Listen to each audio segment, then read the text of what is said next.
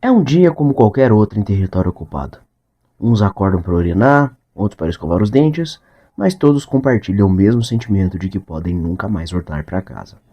Bem, pessoal, hoje falaremos de um quadrinho que é um tanto quanto esquecido, mas tem um valor bem legal, principalmente pelos nomes envolvidos e meio que uma desenterrada num personagem bastante icônico para eles, para um dos autores pelo menos.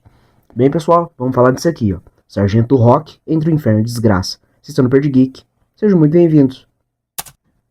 E aí, turminha, estamos começando mais um vídeo, espero que vocês estejam bem, tá? Mais um domingo aí pra vocês, e espero que vocês tenham gostado aí das nossas resenhas, e o que mais eu tiver conseguido produzir ou requentar para vocês aqui pro YouTube, beleza? Não vamos perder tempo, vou falar da edição, e o que mais eu consegui trazer pra vocês, beleza? Esta é a capa, tá? Aqui no caso é com o selo da Black Label, mas originalmente é Vertigo, tá? Aqui foi no tempo que saiu assim. Eu não sei se relançando hoje em dia sairia novamente. Eu acho que seria, porque agora na divisão atual, coisas da Vertigo propriamente seriam as histórias Hellblazer, entre outras coisinhas. Eu acho que o Sargento Rock caberia, porque hoje em dia Black Label é tipo coisas pesadas com heróis, ou no caso, personagens da DC regular, né? O que não seria o caso do Preacher, uma outra coisinha assim, tá? Essa é a frente, lombadinha, formatinho bem bacana, né? Contracapa, né? Alguns dizeres, personagens e tal, 144 páginas. A ficha passou para vocês, né? É um pouco mais alto só que o formato americano, tá? Arte do Joey Kubert e roteiro do Brian Azzarello. Por que eu falei na introdução de valor imenso para um deles? Justamente porque o Joey Kubert, se não ajudou, né, tipo assim, se não fez praticamente, foi uma boa parte ali da carreira dele, do personagem. Foi o que impulsionou, deu nome para ele. É graças ao Sargento Rock, né? O Joey Kubert deve muita coisa a esse personagem. É uma edição colorida em papel couché. Antes da gente começar a resenha propriamente, eu vou estar mostrando para vocês, né, primeiro lendo e depois mostrando alguns personagens recorrentes da turma, né, a companhia moleza do Sargento Rock, é o esquadrão ali de pessoas, né, a galera que é mais chegada dele, tá bom? Primeiro nós temos o Bulldozer, que é um grandalhão, tá? Não vou ler biografia nem nada, mas o nome dele verdadeiro é Horace Nichols, ele é o tanque do time, tá? É o parrudão. Temos aqui também o Soldado Sorvete, que o nome dele verdadeiro é Terry O'Reilly. O sorvete, no caso, é porque ele não gosta de calor, ele prefere ambientes, campos de combate, etc., mais frios, mais gélidos, tá? Ele fica mais confortável. Selvagem é o Harold Shapiro. Por que esse nome? Porque, na verdade, ele é um cara intelectual, né? Aqui tá falando até que ele é um professor de história americana, só que quando ele é muito pressionado em momentos de aperto, ele meio que extravasa, né? Então ele vira, digamos, a chave, ele vira do 8 ao 80, né, do 0 ao 100 em momentos de aperto extremo. E por último também nós temos o tiro certeiro, que é o Louis Kiahani. Ele é um cara indígena, né, um excelente atirador de longa distância e também um rastreador muito foda do time. Vou estar mostrando aqui para vocês, espero que dê para ver, tá? É a fichinha técnica aqui. Antes aqui mesmo, inclusive, tem um texto de introdução do próprio Joey Kubert, bem bacana mesmo. Pois bem, turma, como a história começa? Justamente com sorvete, por isso que eu mostrei a ficha para vocês, entenderam? É para vocês se situarem mais ou menos quem é quem, tá? O sorvete, a gente começa justamente com ele, abordando ali um pouco mais do retorno dele às operações. Não é muito falado no comecinho, mas pra frente é explicado, né? Mas parece que ele passou um aperto, uma experiência de quase churrascamento. Ele passou um aperto lascado, ele ficou um tempão isolado ali na ala médica, né? Ficou de repouso, ficou de descanso. Passado X tempo, que aí é quando a gente começa a acompanhar de fato, ele vai ser reintegrado às operações. Um pouco ainda baqueado, um pouco ainda remexido, mas não tem o que se fazer, né? Eles não têm muita opção sequer de estar lá na guerra dependendo, e aí eles vão e pegam o sorvete e põem ele de volta para agir numa nova operação. Quando ele está quase ali, digamos, quase alinhado completamente, a cabeça no lugar e o pau já está comendo ali também, eles passam por um baque tremendo. Não aquele negócio, né, como eu disse, já que quase aconteceu com o sorvete, mas um aperto ali de uma gravidade um pouco menor. Mas ali começa já um morticínio generalizado das tropas e começa a capotar a gente. Quando a gente menos espera, o sorvete já está de novo entrincheirado num canto, passando um aperto lascado. E aí, quando ele tá quase, digamos, entregando os pontos, dando tudo a Deus dará, vamos dizer assim, ele, né, enfim, socorrido pelo Sargento Rock e o resto da companhia moleza. E aí, o sorvete é enfim socorrido, agradece o pessoal, né, vê que ele tá bem e tal, os caras até zoam, né? Tipo, ai, você não tava descansando? O que que tava acontecendo? Agora que você voltou pro meio do quebra-pau, ele até fica meio puto, ele, eu gostaria de descansar o resto, mas os caras não dão sossego pra gente, né? Pega um cigarro ali, começa a pitar, conversar com os caras, e aí eles falam, não, beleza, o que sobrou agora a gente tem que remobilizar e continuar avançando no território inimigo. E aí eles vão avançando, imobilizando o que dá, interrogando uns, passando outros, né? Piu-piu, essas coisas assim, porque eu não posso ficar falando aqui no YouTube. E aí, na medida que vai progredindo ali em território inimigo, avançando, conquistando postos, lugares importantes, informações valiosas, eles conseguem chegar ali numa espécie de base, né? Uma casa-mata ali, um negócio escondido, com vários cabeçudos, né, caras casca grossa ali da força alemã, né, do outro lado ali dos oponentes, talvez ali subgenerais, subcomandantes, uma galera com a roupa mais diferente, né, aquele estereotipado dos comandantes, eles conseguem não neutralizar de chapiscar os caras, né, de passar, mas neutralizar no sentido de sedar, né, pegou ali e tal, amarrou e conseguiram, né, foram levando eles de volta para a base por um posterior interrogatório. No que eles conseguem mobilizar o pessoal, né, vão trazendo de volta à base. Acho que até durante ali um certo momento, ou quando eles acabam de pegar, tem uns que falam que o correto seria passar os caras, né, é inimigo e tal, e uma outra ala ali, se não me engano até o próprio Rock fala isso, que é o mais devido mesmo, né, por mais que eles não gostem, que sejam comandados, né, para sapecar o oponente, sapecar o inimigo, o mais esperto neste caso é justamente trazer vivo para uma coleta posterior de informações. No que eles estão voltando, apesar desse quebra-pau e tal, eles decidem voltar com os caras presos, né, cativos na mão deles ali. Passa um probleminha que eles acabam meio que se separando, é como se fossem dois subtimes, né, duas mini equipes, uma com os líderes grandes, né, e outra com os caras mais de apoio, pessoal que estava mais de boa, com menos responsabilidade nas ideias. Isso acontece, eles se separam e nisso acontece um entreveiro. No que o time A, que não tinha os reféns, volta para encontrar o time B, vê que não sobrou muita gente. Sobrou, no caso, um dos oficiais alemães e outro cara que conta a história. Tipo, olha, aconteceu um problema aqui, me nocautearam, sei lá como é que é.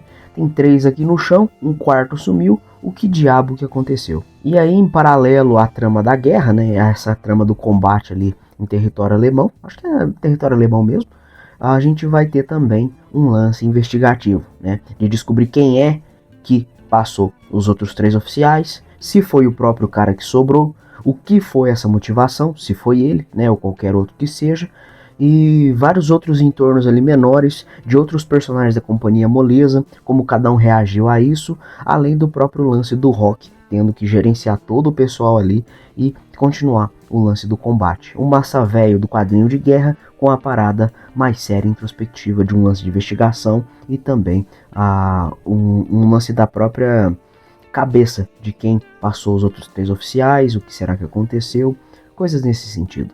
É uma história simples e direta, pessoal. O mais intrincado seria justamente esse lance da investigação. Seria um oficial puto com os alemães? Seria o cara que saiu fugido por conta de alguma desavença interna? O que será que aconteceu? Sem ser esse lance da complexidade da própria investigação, é uma parada simples que seria avançar em território inimigo, conquistar mais pontos de interesse e sapecar o máximo de alemão possível durante a guerra, tá? Tem esse lance do prosseguimento, é tranquilo, né? Além dos breves mergulhos na cabeça de cada um, como eu falei anteriormente, o quadrinho ali ele é permeado de bons momentos de ação, o que na minha opinião é algo essencial. Você não vai fazer um quadrinho de guerra que vai ser 2 caras conversando num boteco. Até, se não me engano, tem 1 ou 2 filmes, né? Que são uns filmes mais fechados.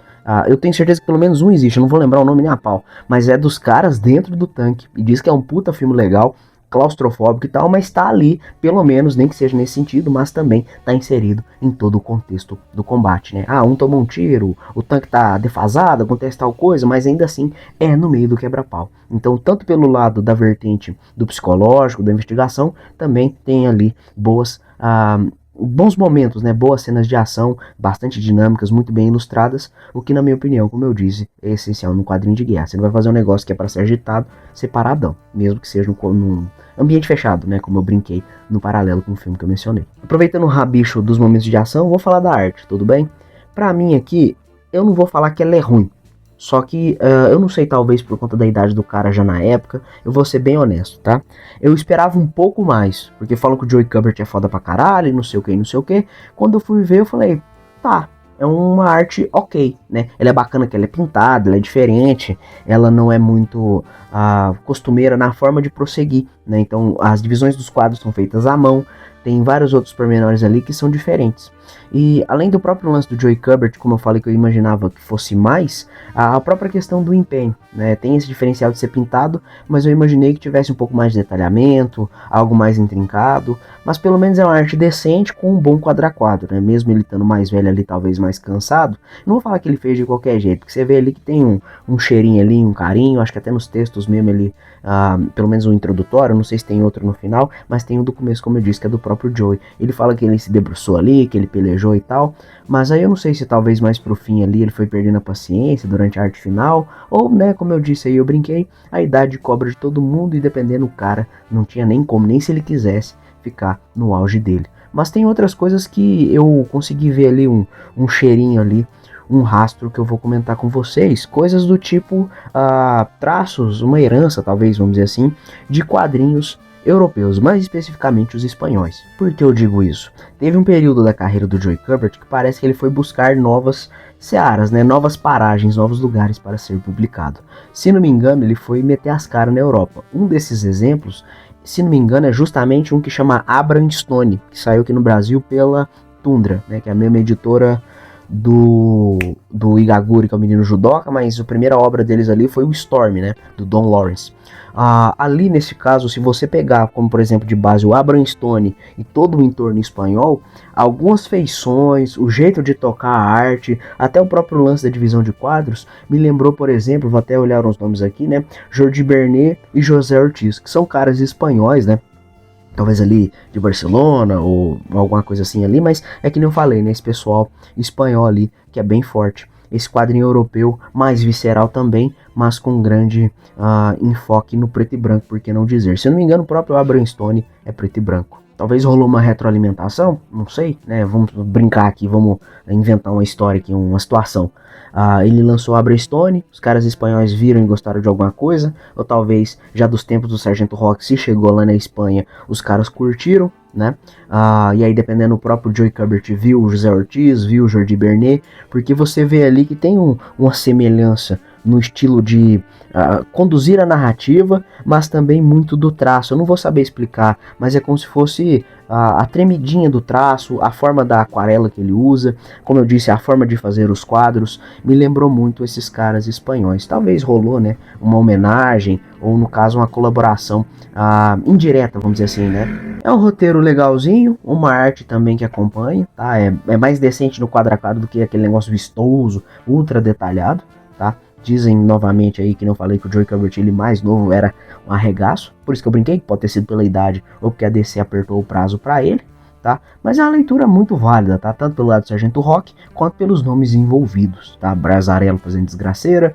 Eu acho que ele não é tão taradão por quadrinhos de guerra quanto o Garfienes, tá? Acho que puseram ele ali porque ele era um nome em voga na época, tá? E o Joey Kubert, com certeza, porque tem a ver com o personagem, tá? Vale a pena a leitura, como eu disse. Se não me engano, justamente essa edição tem em scan na internet, vocês podem pesquisar. E se vocês gostarem, comprem, tá? Apesar do acabamento ser bem safado, né, edição fininha, de capa dura, o preço é meio salgado. Então, como eu coloquei no texto original, vale a leitura, mas não o preço ofertado, de forma alguma, porque é meio pesado. E por último aqui, né, vou deixar um apelo, né, leiam aí da forma como vocês quiserem, mas eu quero agora ler, se possível, eu acho que tem scan também, mas eu gostaria de comprar agora para fazer o par bonitinho, né? Tem uma edição, pessoal, aqui no Brasil, saiu como Sargento Rock, edição de aniversário, um trem assim, porque em 2004 é justamente essa do Inferno e a Desgraça, com o Brazzarello. Tem uma que, se não me engano, é 2006 ou 2007, que é só o Joey Kubert, que diz que aí é a história foda, muito boa, ali tá, diz que a arte tá melhor ainda. Só que no Brasil saiu muitos e muitos anos atrás, em capa mole e papel jornal, como se fosse aquele Demolidor Redenção quando saiu da primeira vez. Eu até já pensei em comprar, só que cobra um roubo. Então, se for para comprar num material, num acabamento vagabundo, que era o mais simples que tinha na época, eu prefiro esperar. Então, tomara Deus aí, né? E quem sabe o pessoal da Panini, se possível, cobre ele nas redes sociais, né? Ô galera, cadê aí o Sargento Rock, que é só o Joey Kubert, que é a tal da edição de aniversário? né, no acabamento legal, dependendo capinha dor nesse estilo, vai fazer muito bem pro mercado, né? Vai quebrar a perna dos mercenários livres, como o pessoal gosta de falar. Fiquem com as artes, nos vemos na próxima. Não se esqueça do Correio Multiversal, tá? R$10 por pergunta ou qualquer outro valor na moral para você colaborar conosco, tá bom? Fiquem com as artes, um beijo, um abraço, nos vemos na próxima. Tchau, tchau, valeu.